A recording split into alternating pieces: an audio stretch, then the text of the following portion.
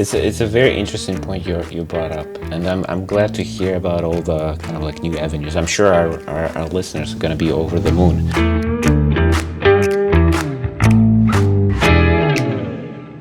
My name is Nick Seavert.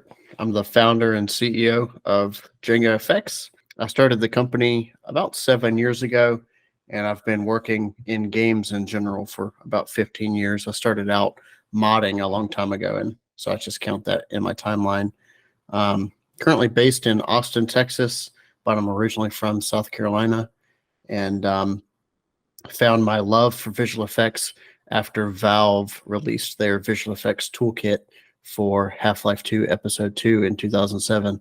And ever since then, I've pursued greatness in visual effects. So how did it start with you that you wanted to develop your own VFX software? Did it come from your own kind of needs that you didn't see something available, or maybe you started experimenting? Because usually when I look at stuff like this, it starts with hardcore engineering work and people are doing papers for SIGGRAPH, and after that slowly something builds up. What was your kind of journey there? Yeah, so I believe in 2012, I started using a different software that was a plugin for 3ds Max at the time. And I think they're still around. But regardless, I had noticed that the software was really slow. It was taking like 24 hours or more to generate fire, smoke, and explosions. And I was working on a really popular mod at the time called No More Room in Hell. And we were one of the first 10 games greenlit on Steam back when Steam had the Greenlight program. And so I was doing visual effects for that and wanted to start making my own textures, and quickly found out that it was going to be pretty much impossible with the computer that I had, and with the limitations that I was running into with the software. And I was just thinking, I'm like, well, this was naive, but I was like, well, if Valve's particle editor for Half-Life can run so fast, why can't this? And that was just kind of the start to my journey. And then after that, a couple years later, we were working on No More Room in Hell 2, and that's still in development today. And I kind of left the modding scene and went off to just go learn, I would just call it general business stuff. And was reading about entrepreneurship and being a part of startups and everything. And then after a few years of that, I figured I was ready to start Jenga FX and really try my hand at making a serious product for fluid simulations. I'm super interested to learn about, you mentioned that you started with the kind of like business literature and learning more about how to actually run it. How did you analyze this market? Did you feel like this is enough, there's enough potential for this tool, or like what were like the main things that you saw that this is could be like a profitable thing? Yeah, I think the main thing is I felt like I knew just in my gut that it was going to work. I didn't really have any data or anything to back it up, but I saw what other companies were doing, and I just presumed how much money they were making. And I was like, well, if I could cut the time from 12 or 24 hours for the simulation and the renderer, and save artists an immense amount of time and just have it be instantaneous, I don't see why I couldn't make all the money in the world for this.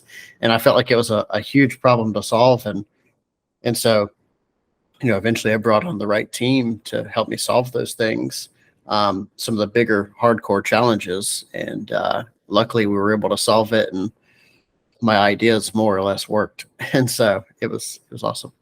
Let's talk a little bit about how your software helps solve like the biggest pain points of the developers currently. Because when you look at it, development teams currently is like, if it's a big project, it's like thousands of people, in different countries all over. It's incredibly expensive. The budgets for games like, Horizon Zero Dawn or something like that, it's like $100 million and so on. And of course, there's a lot of pressure. There's a lot of pressure cost-wise. There's a lot of pressure time-wise. How do kind of like VFX artists feel in this situation? Like, and how can they solve some of those, like resolve some of those pressures by using the software that you're building? The key thing that we were solving for artists was that it was going to be the first tool that was really truly built for visual effects artists in games. Everybody else in games on the art department, they have tools that are kind of built for them. You've got 3D modeling tools and things like Substance Designer that help you generate materials, and there's ZBrush, which is really, really awesome, and it works for both film and games really awesomely, and all this other stuff. And I was just thinking, I'm like, well, why don't we have tools? We're just stuck with Photoshop or whatever, or some film fluid solver that's mostly for film, and then we really hack it together, and we have this like 10-step process to get it, flip books and stuff like that ready for games. And it's just so much pain. I'm like, why can't we just do that all in one major tool? And so I think that's the first major piece, is that EmberGen, it immediately is ready to export any game data you would probably ever want for fluid simulations for your particles and stuff.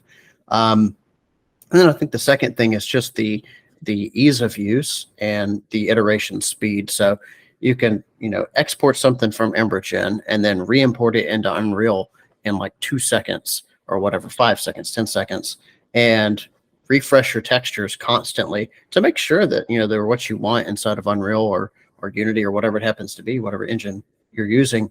And it just works. And so it's awesome. And I think that's why we're used in, I believe, probably over 400 studios right now, which is just amazing that we've got that much reach. So tell me a little bit about how it works, because when you're saying flipbooks, I can go years into the past, and probably people were still using flipbooks at the time, because it's such a format that had been developed, I think, out of necessity in a lot of ways back then.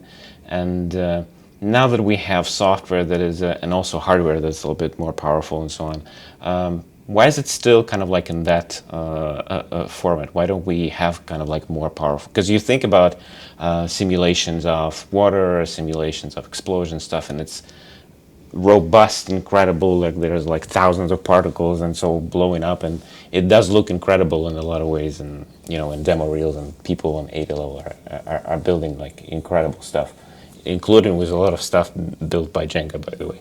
And I'm wondering, like, what's your take on it? How do you kind of like combine this incredible, powerful simulations, but the output is this flipbook? Do you think that it might change in the future? Like, what's your rationale for kind of like using this workflow? Yeah, so right now the rationale is that volumetrics being simulated and rendered at the same time just won't fit in your typical video games visual effects budget.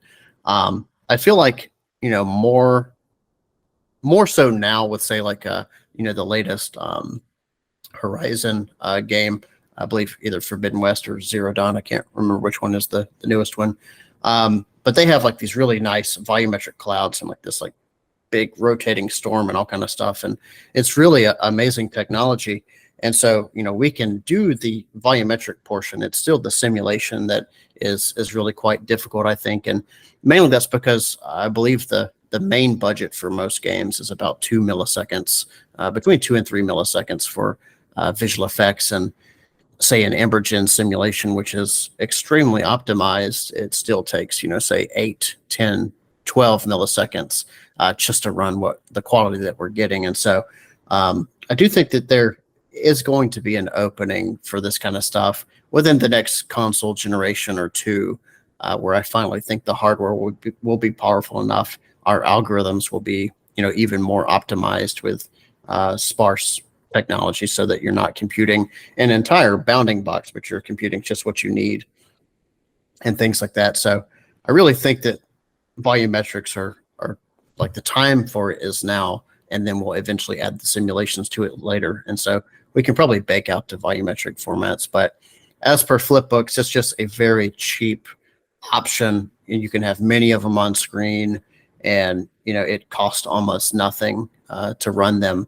and you can reuse them kind of infinitely throughout all kinds of different effects. And we've come up with many different tricks over the years. Our beloved technical artists and stuff like that in other studios and whatnot, where they've kind of, devised plans to have like, bake the volumetric lighting into something called a 6-point light map. And then you can pull like the sun from your game and light the 2D sprite as if it were 3D. And that really sells the effect. And I feel like most players and stuff like that can't really tell that it's not 3D once you've got a bunch of these things on screen. And so visual effects is all about how much fakery can we get away with. And I think that flipbooks have really stood the test of time and have continually evolved just as well as everything else in games. And so it gets to the point where, say with Ninja Theory, they had this big troll that was on fire and it used Embergen, but they used a depth pass that we exported from Embergen, and it was able to blend in 3D space with the troll. And so from a certain camera angle, the fire looked completely volumetric, but once again, it was still just a 2D flipbook. And so I really think that the technology for it has kept up good enough to where it doesn't really matter, I don't think. I think it's, you mentioned that it's still kind of like a lot of fakery in games in terms of visual effects. And it is a lot of smoke and mirrors. Like if you dissect something, it looks very simple, but on some of the tools still seem, some of them are like crazy, like the shader for liquid and in a bottle for Half-Life, like the latest one, the Alex. That's some crazy stuff. But I had I wanted to kind of talk a little bit more about the business aspect of it. So you mentioned that you kind of started it when you were working at Funcom, you were having your regular work, and then suddenly started building up the tool and so on. And I'm wondering, how did you approach your kind of like go-to-market? Like, what is the way that these tools are usually sold to studios? Originally, whenever we started, I had built a different tool called Vector Agent, and it was to generate vector fields for games. And that was kind of my first intro to how am I going to sell software? How are we going to make it? How are we going to distribute it? And just figure everything out before we do the big product, which it was Embergen at the time. And so now our big product is like LiquidGen, and we're kind of aiming towards that and whatnot, but that's a different story. But anyway, so, I felt like I'm like, well, like I want to build a big email list, because at the time I did not know anyone throughout all the years that I was modding and things like that. I was kind of concentrated in what they call like the source community. So, the Half-Life community and modding and all that stuff. And I only knew one or two other people who actually knew how to use the particle editor. So it was kind of, if you knew it, you were like this person who knew black magic, and everybody wanted you or one of the other two people to work on their mod. So it's like we have like a bunch of credits on our, on different mods, because we were the only people who could do it. And, we loved it and wanted to work as much as we could on it and learn more things. But regardless, to go to market, I really just started hitting up like the real-time VFX forums and posting on LinkedIn and connecting with a bunch of effects artists. And once it was time or close to releasing Embergen, we started getting on calls with studios and like, hey, we're building this tool. We need a bit of guidance and direction. Like, what do you want? And so we would just kind of show what we had, and people's jaws would be on the floor because they'd never seen anything like it. And then they'd just go, hey, we want this, this, this, and this. Like, this is our wish list. And we probably did, I would say maybe 10 or 15 calls kind of at the beginning with some big studios, who were working on mainly like some of my favorite titles, or, some of the team's favorite titles. And so we started there, since we were passionate about those games, and reached out to those studios. And they were, happy enough to get on a call for, 30 or 40 minutes and just see what was coming up. And some studios were like, hey, we'll pre-order it now. And that was kind of like a big thing to be like, hey, I really think that this is going to work. And then we released in November 2019. And surprisingly, we ended up releasing because we were about to run out of money. And so we had gone to like a conference and had paid for all the tickets, and Vector Agent sales weren't working out hardly at all. Like they had gone to zero after I quit my job.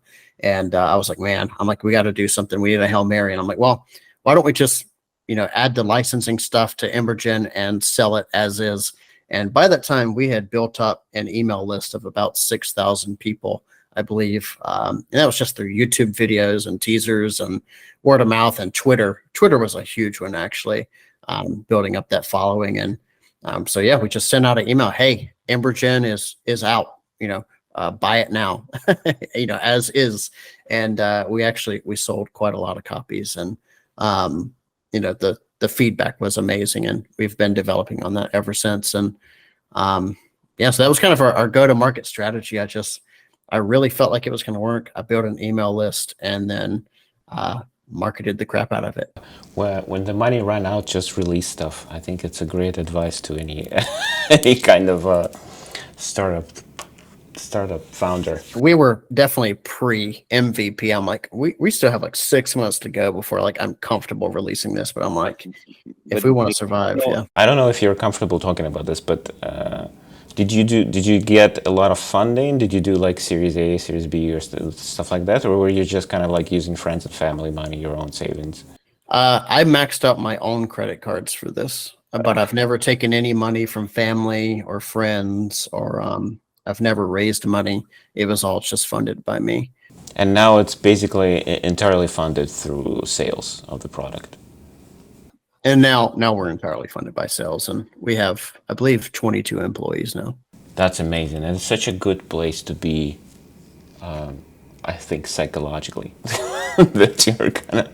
It is definitely, and it's really nice to know that like this is something that like we've built, and it's not just me. Yeah. I mean, there's so many people on our team.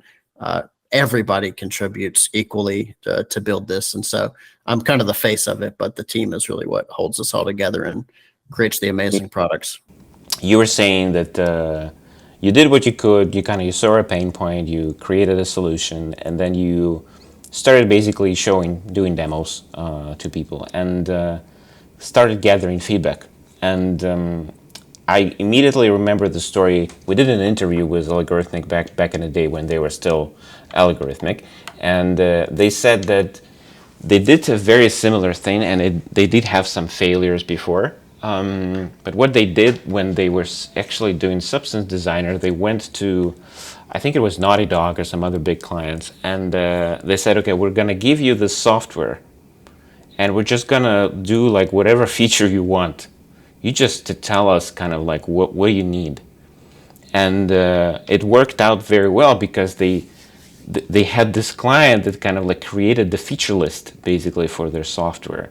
And my question for you is like, do you feel like it's important to have this early feedback from clients to have an understanding how they're using the software, what do they need from this tool and so on? And how did you kind of like maybe gather that feedback? Like what was the process with Embergen?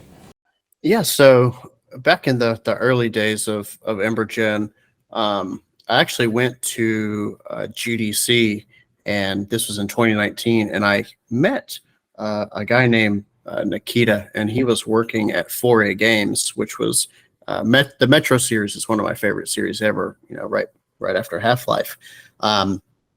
And so I met him, and I was like, man, like the visual effects are amazing in Metro, and I can't believe, that you guys are pulling this stuff off.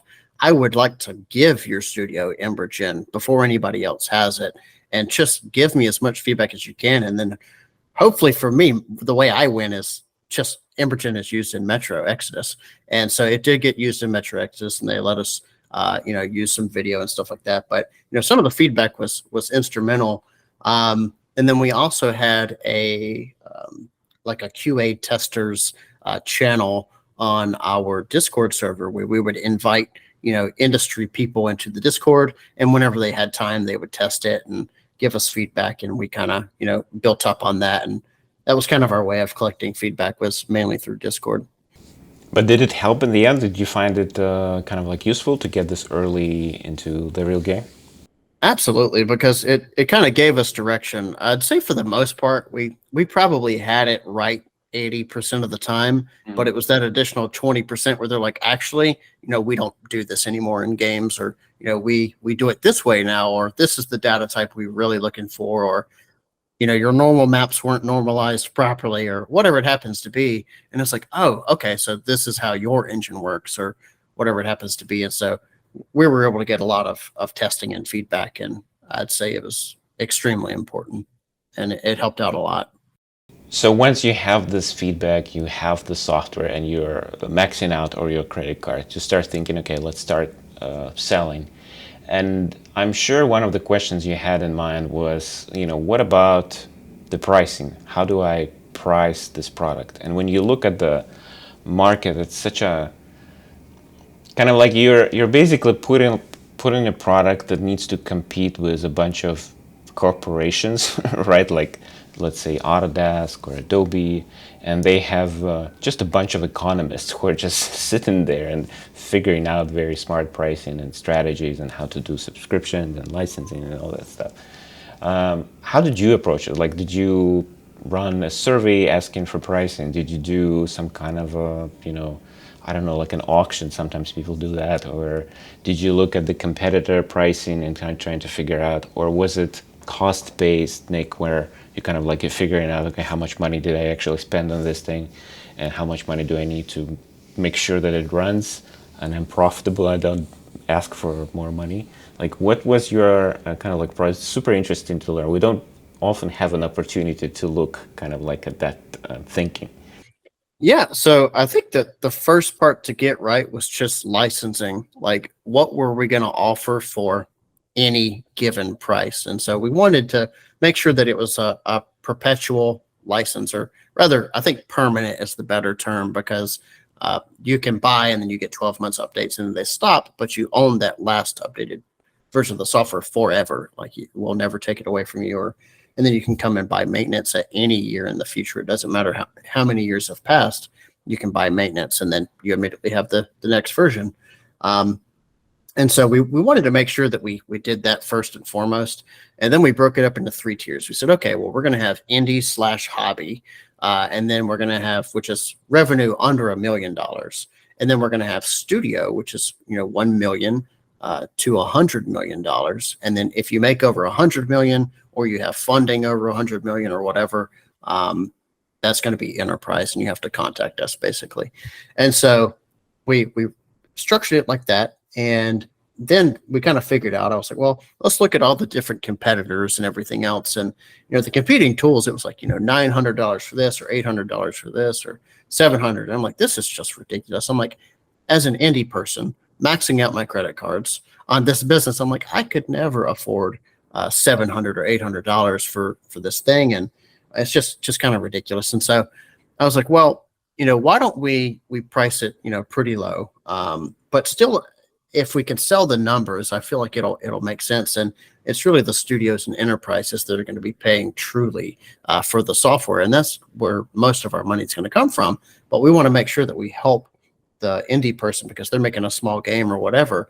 And eventually, if they do have a big success, then they'll need to buy a studio license. So we'll get the money eventually. And so kind of went that way. And I was just like, well, let's do like 200 or $300. And throughout the years, we've kind of like slowly raised our pricing as we've learned what our operation costs are, and what the units that we sell each month are, and things like that. And it's pretty consistent and statistical at this point, where we kind of figure out what's the right pricing point. And we also wanted to make sure that we had like a monthly option. And I know that a lot of people really hate subscriptions, but after originally it was 12 months, you could pay for 12 months and then get a permanent license. Now it's 18 months, because we had to raise the pricing a little bit due to inflation and stuff. But overall, it seems to be working really well. And mainly, I'd say what we did is, I think we took like 2 months and just made spreadsheets of a bunch of different projections, and kind of what we thought we could do, and how much money we thought an individual person would be willing to spend, and kind of take the value of what we thought they were going to be getting from it. Because we realized that for a game, say if you're an indie person, maybe you need 10 or 20 really high quality flip books or something, and we're like, is that worth $500? Probably not. It's probably worth more like $200 or $300, and you're going to have the fun that you want creating that versus getting it from a marketplace. Um, and then additionally, kind of lost my train of thought here. Yeah. Anyway, that's about it on the pricing. That's all I can think about for it. I think one of the why it's successful because you knew the market so well.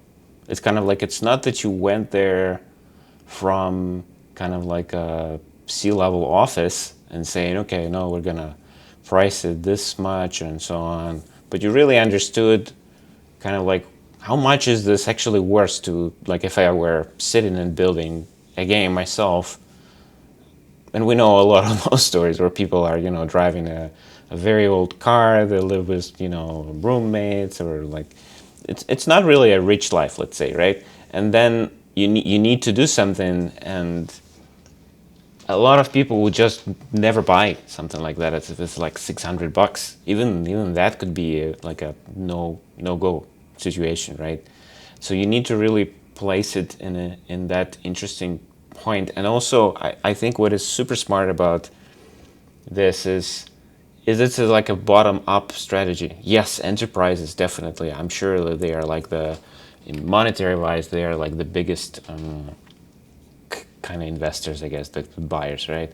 But at the same time, when people buy this inexpensive license, they learn the software, and then maybe they will go to like a big company, start suggesting, okay, I've been using this at home or in my other job or something.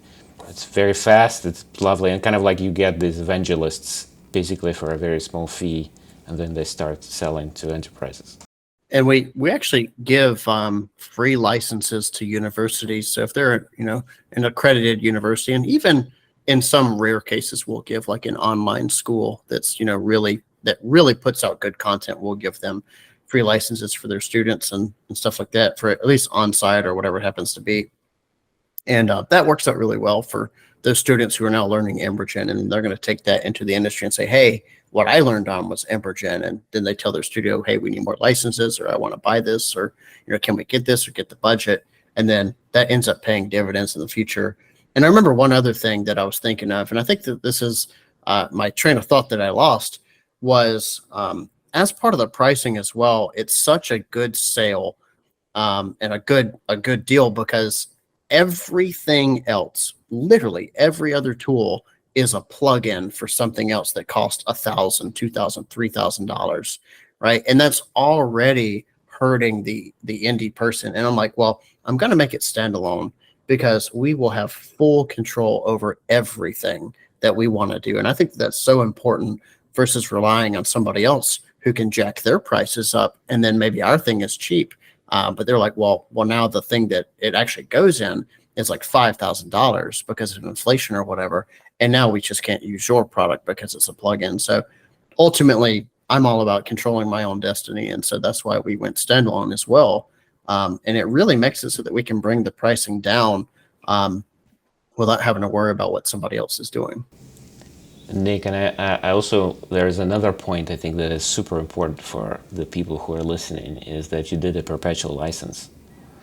And, everyone hates subscriptions, because if you look at a 3D artist, they have to pay so much. It's like thousands of dollars, because it's not just about, Photoshop anymore, right? You need to do Maya, you need to do all those other tools. And this is one of the kind of like why stuff like Blender is popular. It's not even because people get it for free. It's not that. It's just like you just download it and you use it for a long period of time. You don't pay anything on top of it, right? And having this license that is perpetual, and I think one of the reasons why you were able to do it is because you didn't have any external funding. Because I couldn't imagine a VC who would go and say a perpetual license is such a good idea. They would never say something like that. They would go subscription, full scale, and kind of like squeeze every cent out of it. And then you had this wonderful opportunity. I think it's like a very nice situation to be overall. It is a nice situation to be in, and I think that overall, it ends up paying dividends where, it's nice whenever I watch like a review video or something like that on YouTube, or I'm watching a stream and somebody's using Embergen and somebody will just casually mention, oh, by the way, their license is permanent, right? And, they're one of the few companies that actually, don't, uh, completely destroy our wallets or whatever it happens to be. And, or, the money for me, maybe it is a bit high because I live in a country that, my currency isn't strong, but man, it's so worth it because now I own it forever or whatever it happens to be. And like, that makes me feel good as a person where I'm like, okay, like I'm actually doing these people a really solid thing. And, it's nice to have like emails where like, hey, I didn't have much money and I invested in Embergen and now I have a really high paying job as a visual effects artist, because your software is literally what got me the job because they've required it for the job opening and not many people knew it at the time or whatever it happens to be. And so those are really good to know that like we're providing job opportunities and things like that for the people who know the software too. Since it's kind of at this point, I would say becoming more and more of an industry standard for visual effects artists. So, talking about the standard, tell us a little bit more. What are you going to develop in the plans? Like, what's your roadmap looking like? What are the next things that you're concentrating on? What are like the next kind of like bricks that you're going to put at the foundation of this amazing company you're building? Yeah, so I think that we want to expand outside of visual effects in general. I really think that's still like our core market, and that's like our core love, and just what the team loves and what I love, and all this other stuff. But before I was a visual effects artist, I was a level designer, right? And I'm like, man, I can just think back, and I'm like, it's just using Unreal or Unity or whatever today. I'm like, why are these problems not solved? Why 20 years later do we still have the same level design problems or the same environment modeling problems or whatever it happens to be? And it's once again, everyone is using tools built for film, but they're using it for games like 3ds Max or Maya or whatever it happens to be. And I'm like, this is not a good workflow. I'm sure many people will say, but once you learn it, it's easy and all this stuff. Well, I tried to learn for a long time and I just couldn't get it. Right. And I tried really hard and, buying, back then it was like digital tutor tutorials and all this stuff. And I just couldn't grasp it. And it just didn't fit my own model of the world of what I think software should be. And so we kind of want to tackle that stuff. And I think our first entry to that is going to be GeoGen, which is our, upcoming real-time terrain editor. And it's really going to be built from the ground up, for games specifically.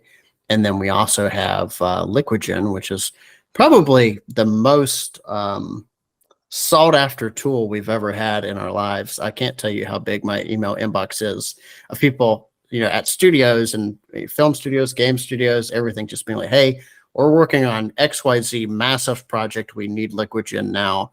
And I'm just like, well, you're going to have to hold on a little bit. And so I kind of see that that's where we're going as a company.